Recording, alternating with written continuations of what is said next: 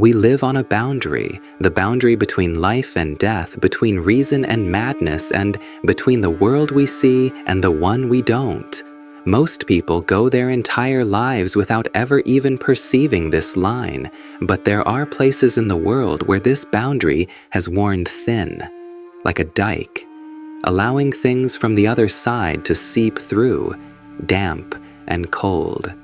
The story I'm about to tell you is a record of such a place where all of a city's memories, desires, and secrets gather under the name of waste, forming a colossal mountain.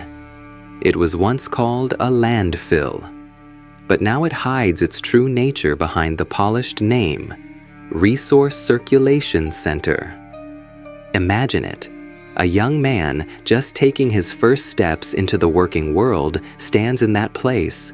What pierces his lungs is not a simple stench.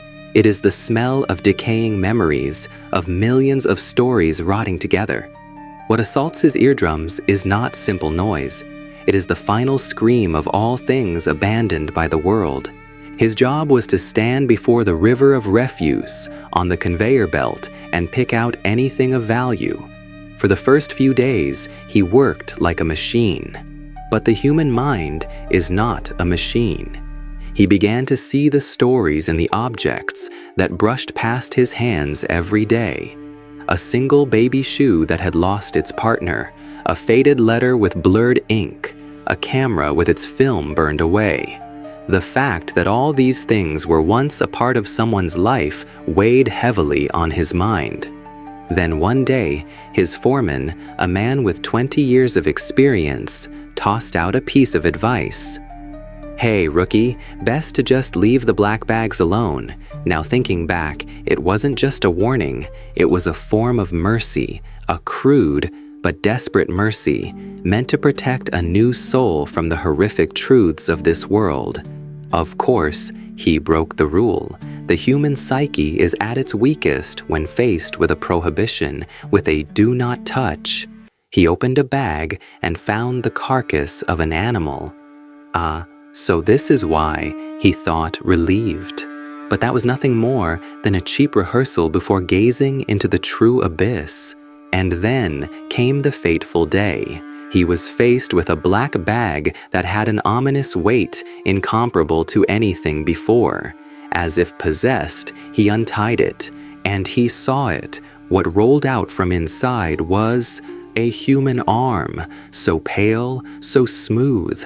In that moment, his world collapsed, but the real horror wasn't the arm itself. It was the dead eyes of his colleagues who saw it and casually said, "Shitty luck," as they lit their cigarettes. It was the bored expression of the police officer who wrote up the report, saying, "A case like this will go cold anyway."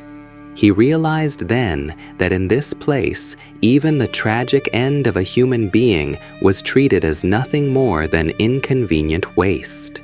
He was utterly alone in that vast, crushing indifference. That night, he went home and washed his hands for hours. He scrubbed until his skin was raw and red, but he could not wash away the memory of the cold, heavy feeling through his gloves. That profound isolation, that indelible trauma created an invisible fracture in his mind.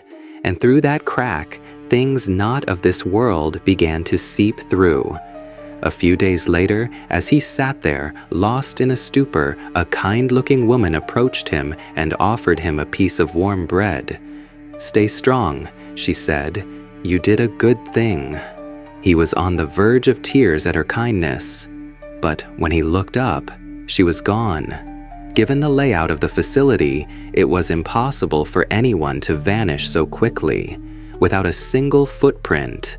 Was it a hallucination born from his broken mind, or was it the clumsy comfort offered by a lost soul? He couldn't find an answer, but after that experience, he could no longer see the world through the same eyes. Time passed, and he was transferred to the incinerator, the final furnace of the world, where everything is turned to ash. There, he came face to face with another presence. Amidst the deafening roar of metal clashing with metal, he suddenly felt a gaze on his back. He turned. In the darkness of the machine room, a man stood perfectly still, staring intently at him. He immediately notified his manager, but the manager insisted no one else was there. Yet, he could see it clearly, the man, so very slowly, raising a hand toward him. It was not a threat, nor was it a greeting. It was a clear sign of recognition, as if to say, "I see you." He knew in that instant that the woman had been no accident. He knew that he could now see beyond the veil.